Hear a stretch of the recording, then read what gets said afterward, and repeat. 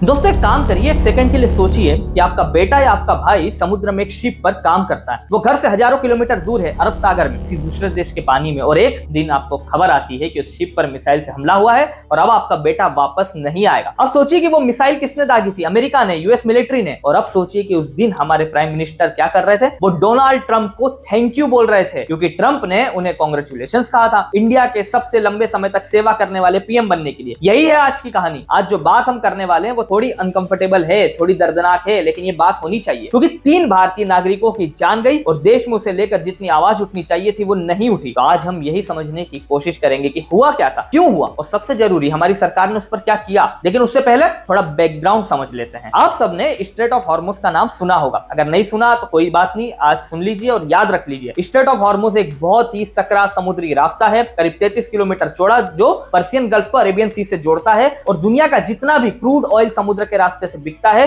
उसका करीब 5वां हिस्सा इसी रास्ते से गुजरता। यानी ये रास्ता बंद हो जाए तो दुनिया भर में तेल की किल्लत हो जाएगी। अब जैसे जैसे ईरान और अमेरिका के बीच तनाव बढ़ता गया, खासकर यमन कॉन्फ्लिक्ट के बाद, ईरान ने इस स्ट्रेट को ब्लॉक करने की धमकी दी। अमेरिका ने कहा ठीक है भैया, अगर तुमने हमारे शिप्स रोके तो हम तुम्हारे शिप्स रोकेंगे। इसे रिवर्स ब्लॉकेट कहा गया। लेकिन असल में जो हुआ वो बहुत अलग था। दोस्तों गल्फ रीजन में इस वक्त करीब 18,000 इंडियन सेलर्स काम करते हैं। ये कोई छोटी संख्या नहीं है, ये पूरा एक शहर है जो समुद्र में है, हजारों शिप्स पर, और इन शिप्स को बहुत बार इंडियन कंपनीज मैनेज करती है, इंडियन क्रूज होती है, चाहे शिप का फ्लैग किसी भी देश का हो। और अमेरिका भी इस बात से अनजान नहीं था। फिर 8 जून को पहला हमला हुआ। शिप का नाम था मैरीवैक्स। ये एक टैंकर था, पलाऊ देश का, फ्लैग था उस पर। अब कुछ लोग कहेंगे अरे ये इंडियन शिप नहीं था, लेकिन दोस्तों जरा रुकिए, उस शिप को इंडियन कंपनी मैनेज करती थी। उस पर 24 इंडियन सेलर्स थे और अमेरिका को यह सब पता था। उसी वक्त यूएसएस अब्राहम लिंकन, एक अमेरिकन एयरक्राफ्ट कैरियर जो उस इलाके में था, उससे एक FA-18 super hornet fighter jet उड़ान भरता है और मैरीवैक्स के इंजन रूम पर एक सटीक गोला बारूद दागा जाता है। शिप में आग लगती है, वो डूबने लगती है, लेकिन उसे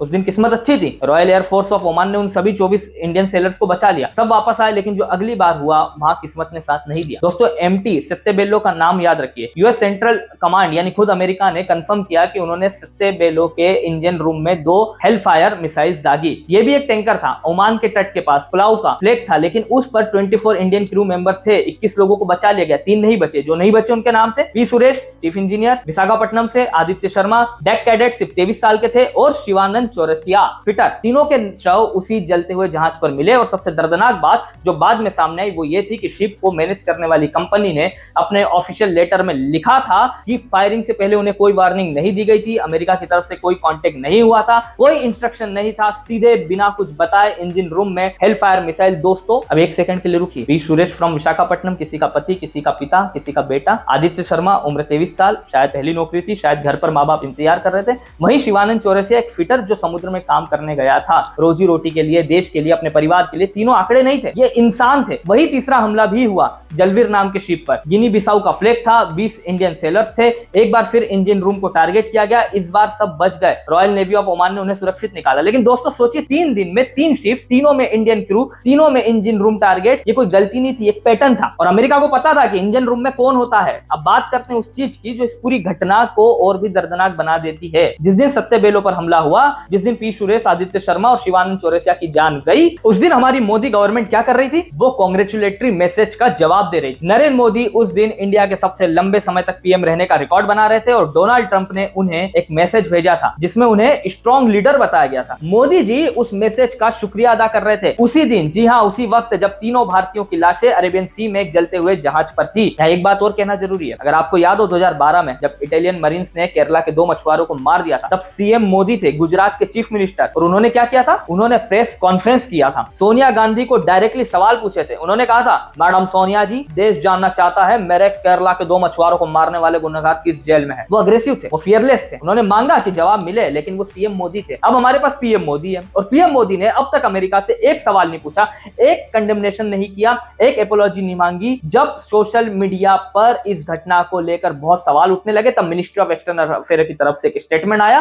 लेकिन दोस्तों वो स्टेटमेंट पढ़कर और भी अजीब लगा। उस स्टेटमेंट में अमेरिका का नाम तक नहीं था। भाई शिप पर किसने हमला किया? कैप्टन जैक स्पैरो ने, पिरेट्स ऑफ अरेबियन सी ने। अगर आप उसे अटैक मान रहे हो तो किसने किया, ये बताने में क्या तकलीफ है? जैसे गलवान वैली की घटना के बाद चाइना का नाम नहीं लिया गया, जब सरकार ने कहा था कि कोई नहीं घुसा, कोई हमारी पोस्ट नहीं गई, उसी तरह अब अमेरिका का नाम लेने से भी डर लग रहा है। और फिर स्टेटमेंट में एक और बात थी जो और भी ज्यादा चौंकाने वाली थी। जयशंकर साहब के मिनिस्टर ने कहा कि वो शिप्स नॉन कंप्लायंट थे, यानी उन्होंने अमेरिकन इंस्ट्रक्शन नहीं मानी थी, यानी हमारी अपनी गवर्नमेंट ने जाने अनजाने ये जस्टिफाई कर दिया कि अमेरिका का हमला सही था। हमारे नागरिकों की मौत को हमारी ही गवर्नमेंट ने नॉन कंप्लायंट कहकर नॉर्मलाइज कर दिया और फिर जयशंकर साहब की मिनिस्ट्री ने अनाउंस किया कि हमने एक डीमार्के जारी किया है। दोस्तों, डीमार्के एक डिप्लोमेटिक प्रोटेस्ट होता है, एक फॉर्मल लेटर जिसमें कहा जाता है निंदा कि हमें ये पसंद नहीं आया, हमने अमेरिका को एक डीमार्के दिया। अब इसका अमेरिका ने क्या जवाब दिया? कुछ नहीं, क्योंकि अमेरिका जानता है भारत आगे क्या करेगा, कुछ नहीं। दोस्तों, यहां एक जरूरी बात सुन लो, मैं ये नहीं कह रहा कि इंडिया को अमेरिका से लड़ाई करनी चाहिए थी, ये रियलिस्टिक नहीं है। अमेरिका एक सुपर पावर है, उससे सीधी टक्कर लेना समझदारी नहीं है।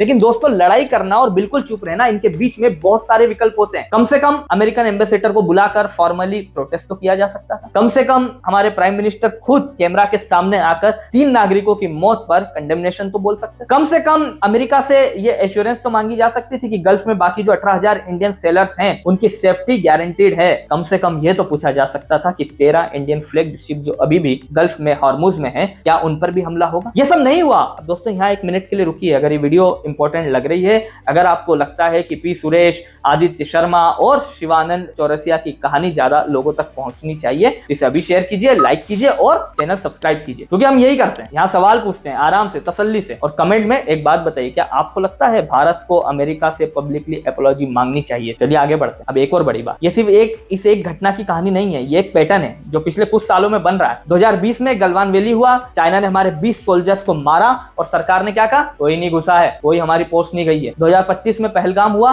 26 टूरिस्ट मारे गए, ऑपरेशन सिंदूर किया, लेकिन अमेरिका ने सीज फायर करवाया और हम मान गए। और अब अरेबियन सी 3 इंडियन सेलर्स मारे गए, अमेरिका ने कोई अपॉलॉजी नहीं दी, इंडिया ने डिमार्के दिया। तीनों बार एक ही पैटर्न है, जब बात किसी बड़े और ताकतवर देश की आती है, चाहे वो चाइना हो या अमेरिका हो, हम चुप हो जाते हैं, हम डिनायल में चले जाते हैं। और ये तब होता है जब आपकी फॉरेन पॉलिसी एक्चुअल स्ट्रेंथ पर नहीं बल्कि ऑप्टिक्स पर टिकी हो। हम कहते हैं हम विश्वगुरु है, हम $5 ट्रिलियन इकोनॉमी की तरफ बढ़ रहे हैं, हम ग्लोबल साउथ की आवाज है, ब्रिक्स प्रेसिडेंसी, G20 प्रेसिडेंसी, लेकिन जब टेस्ट आता है तो हम डिमार्के जारी करते हैं। दोस्तों, विश्वगुरु वो देश नहीं होता जहां एक आदमी सबसे ज्यादा साल तक पीएम रहे। विश्वगुरु वो होता है जिसके नागरिक दुनिया के किसी भी कोने में ये जानते हो कि अगर उनके साथ कुछ हुआ तो उनका देश उनके पीछे खड़ा है। वो कॉन्फिडेंस जो होता है वो आज टूट गया है। पी सुरेश के घर में आज कोई है जो उनका इंतजार कर रहा है। आदित्य शर्मा सिर्फ 23 साल के थे, डेक कैडेट थे, मतलब अभी करियर शुरू ही हुआ था। शायद उन्होंने सोचा था कि कुछ साल मेहनत करेंगे, घर के लिए कुछ पैसा जोड़ेंगे और वापस आएंगे। शिवानंद चौरसिया एक फिटर थे, एक स्किल्ड वर्कर जो अपने हुनर से पैसा कमाने गए थे। तीनों की कहानी वहीं खत्म हो गई, अरेबियन सी में, एक जलते हुए इंजन रूम में। और हमारे प्राइम मिनिस्टर उस दिन ट्रंप को थैंक यू बोल रहे हैं। दोस्तों, इस पूरी कहानी में जो सबसे बड़ा सवाल है वो ये नहीं है कि अमेरिका ने हमला क्यों किया। अमेरिका एक सुपर पावर है, उसके अपने इंटरेस्ट है, वो जो करना हो करता है। असली सवाल ये है कि हम इसका जवाब क्यों नहीं दे पाए। क्या इसलिए कि हम सच में कमजोर है, या इसलिए कि हमारी लीडरशिप ने अमेरिका के साथ रिलेशनशिप्स को इतना प्रायोरिटाइज कर दिया है कि अब हम कुछ बोल ही नहीं सकते। और अगर दूसरी बात सच है तो ये और भी ज्यादा चिंताजनक, क्योंकि इसका मतलब ये है कि आने वाले दिनों में अगर गल्फ में कोई और इंडियन सेलर मारा गया तो शायद फिर भी एक और डिमार्के आएगा और शायद फिर भी पीएम किसी और वर्ल्ड लीडर को थैंक यू बोल रहे हो। दोस्तों, आखिर में बस एक बात, इस कहानी को भुलाइए मत। पी सुरेश, आदित्य शर्मा, शिवानंद चौरसिया, ये नाम याद रखिए। तीनों उन लाखों भारतीयों का हिस्सा है जो देश से बाहर जाकर काम करते हैं, जो ये मानकर चलते हैं कि अगर कुछ हुआ तो उनका देश उनके साथ है। उनका ये विश्वास टूटा है और ये विश्वास जोड़ने का काम सिर्फ सरकारों का नहीं है, हम जैसे नागरिकों का भी है। सवाल पूछते रहना, जवाब मांगते रहना, ये सुनिश्चित करना कि जो हुआ वो बुलाया न जाए, यही हमारा काम। दोस्तों, अगर आप यहाँ तक आ गए हैं तो एक छोटा सा काम कीजिए, इस वीडियो को किसी एक ऐसे दोस्त को भेजिए जिसे इसके बारे में पता नहीं है, बस एक को, इससे ज्यादा कुछ नहीं मांग रहे। लाइक और सब्सक्राइब तो आप करेंगे ही, क्योंकि यही वो चैनल है जहां ऐसी बातें होती है जो मेन स्ट्रीम मीडिया में नहीं होती। कमेंट में बताइए, क्या आपको लगता है इंडिया को अमेरिका से पब्लिक अपॉलॉजी मांगनी चाहिए, हाँ या नहीं, और क्यों? एक नए वीडियो के साथ आप सभी से जल्द मुलाकात होगी। धन्यवाद, जय हिंद।